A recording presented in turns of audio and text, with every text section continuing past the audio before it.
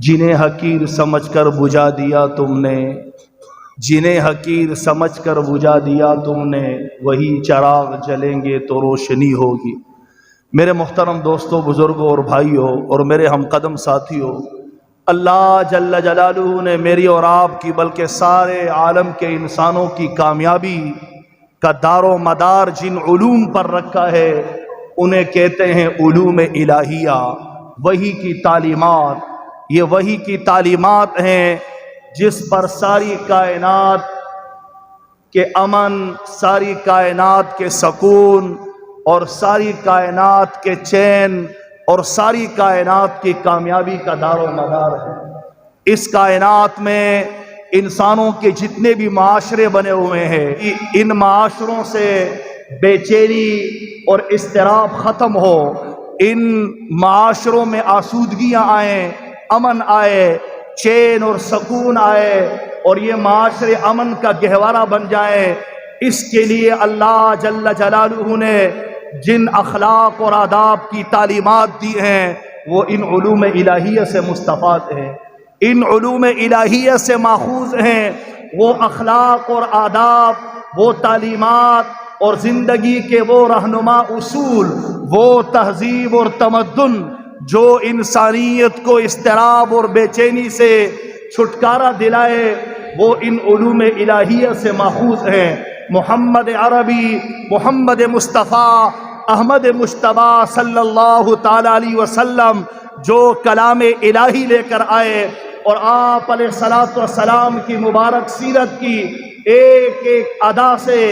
جو اخلاق اور آداب نکلے، وہ اخلاق اور آداب اس کائنات میں کسی معاشرے کو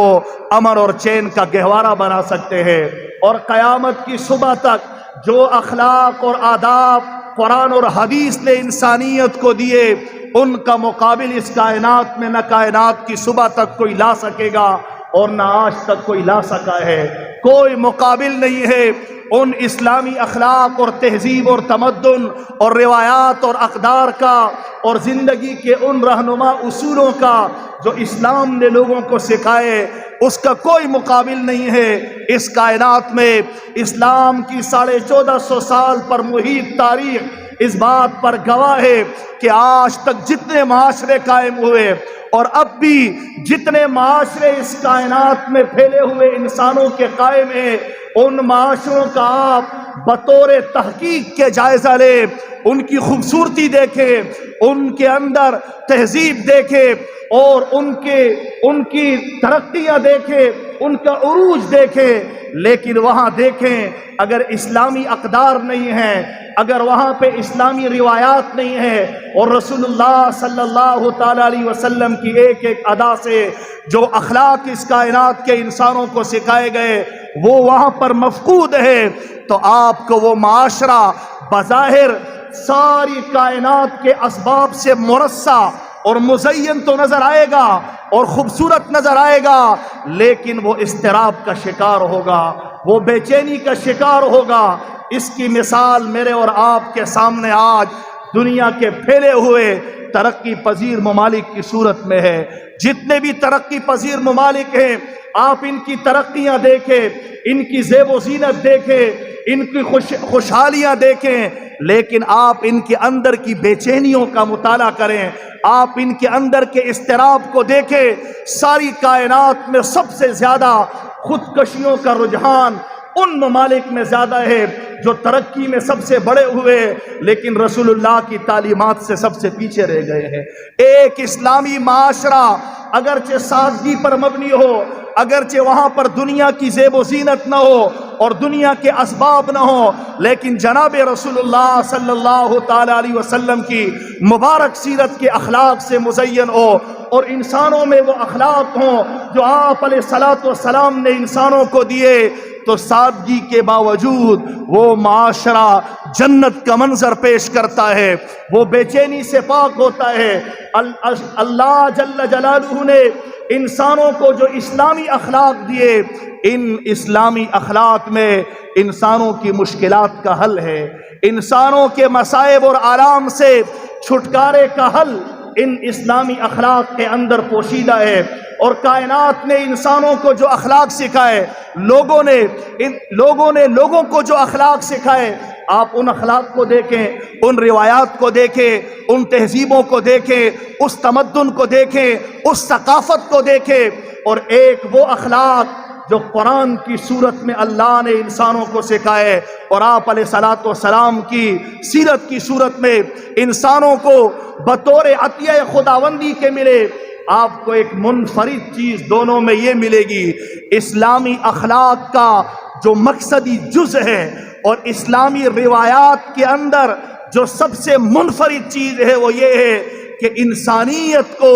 اس کائنات کی ساری دولت پر ترجیح دی گئی ہے، انسانیت کو اس کائنات کے مال اور اسباب پر ترجیح دی گئی ہے۔ اسی لیے آپ قرآن اٹھا کے دیکھیں، قرآن کیا کہتا ہے؟ کہتا ہے ایک انسان کو قتل کرنے والا ساری انسانیت کو قتل کرنے کے مترادف ہے، اور ایک انسان کی جان بچانے والا وہ ایسا ہے جیسے اس نے ساری کائنات کے لوگوں کی جان بچائی۔ یہ اسلامی اخلاق اور اسلامی تعلیمات ہے۔ اسلامی اخلاق کا پایہ اس قدر بلند ہے کہ ایک یہودی آتا ہے اور دونوں جہانوں کے سردار اور اس انسان اور اس عظیم پیغمبر جس کی وجہ سے اللہ جل جلالہ نے اس کائنات کو تخلیق کیا، انبیاء علیہ السلام کے سردار کے گلے میں ایک کپڑا ڈالتا ہے اور اس کے جانثار صحابہ کے سامنے اس کپڑے کو دباتا ہے اور اپنے ناجائز حق کا مطالبہ کرتا ہے۔ ابھی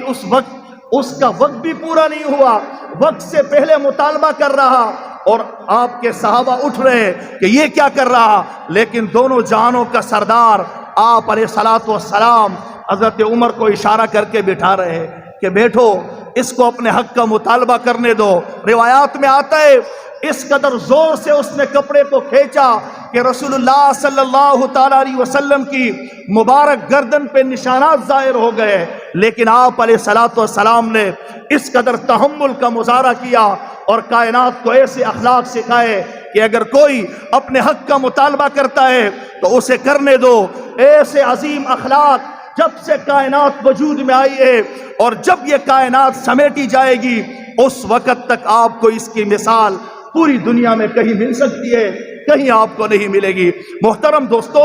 بتانے کا مقصد یہ ہے کہ جب ایک معاشرے میں اسلامی اخلاق آتے ہیں اور اسلامی روایات آتی ہیں انسانوں کے اندر، اس معاشرے سے بدعنوانیوں کا خاتمہ ہوتا ہے، بے رحروی کا خاتمہ ہوتا ہے، بد اخلاقی کا خاتمہ ہوتا ہے، بے حیائی اور بے شرمی کا خاتمہ ہوتا ہے۔ اور جس معاشرے سے بد اخلاقی، بے دینی، بے رحروی، بے شرمی اور بے حیائی اور بدعنوانی اور کرپشن کا خاتمہ ہو جائے وہ معاشرہ جنت نظیر معاشرہ کہلاتا ہے۔ اور ایسا معاشرہ صرف اسلامی اخلاق انسانوں کو مہیا کر سکتے ہیں، ورنہ امریکہ کی ایک ریاست کے بارے میں آتا ہے کہ وہ ریاست سعودی عرب سے زیادہ بڑی ہے رقبے کے لحاظ سے، اس میں چند منٹ کے لیے صرف بجلی فیل ہوئی ہے تو کئی ارب ڈالر لوگ چوری کر کے لے گئے اور کئی ڈپارٹمنٹل سٹور لٹ گئے۔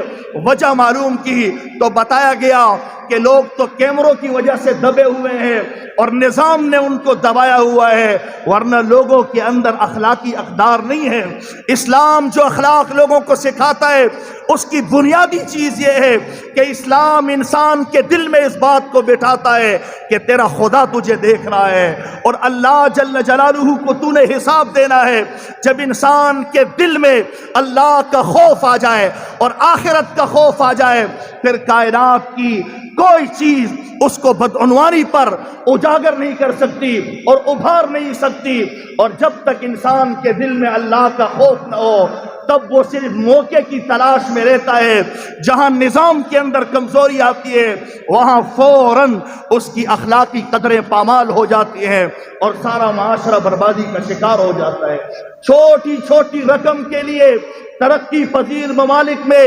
انسانوں کی جان لینا یہ معمولی سی بات ہے۔ یہ کیسے معاشرے ہیں جن کو ہم فخریہ طور پہ بیان کرتے ہیں کہ ایسے بہترین معاشرے ہیں، اور وہاں جانے کے لیے ہمارے لوگوں کی رالیں ٹپکتی ہیں، آپ اپنے معاشرے کو اسلامی اخلاق سے مزین کریں، آپ اپنے گھروں میں رسول اللہ صلی اللہ تعالیٰ علیہ وسلم کے مبارک اخلاق میں اور آپ اپنے بچوں کو سکھائیں اور ایک اسلامی معاشرہ تشکیل پا جائے، بدعنوانی سے پاک معاشرہ۔ پھر آپ دیکھیں آپ کو اس معاشرے میں جو سکون ملے گا اور جو عزت ملے گی اور اللہ جل جلالہ کی جو مدد اور جو تائید آپ کے شامل حال ہوگی، اس کی مثال آپ کو دنیا میں نہیں ملے گی۔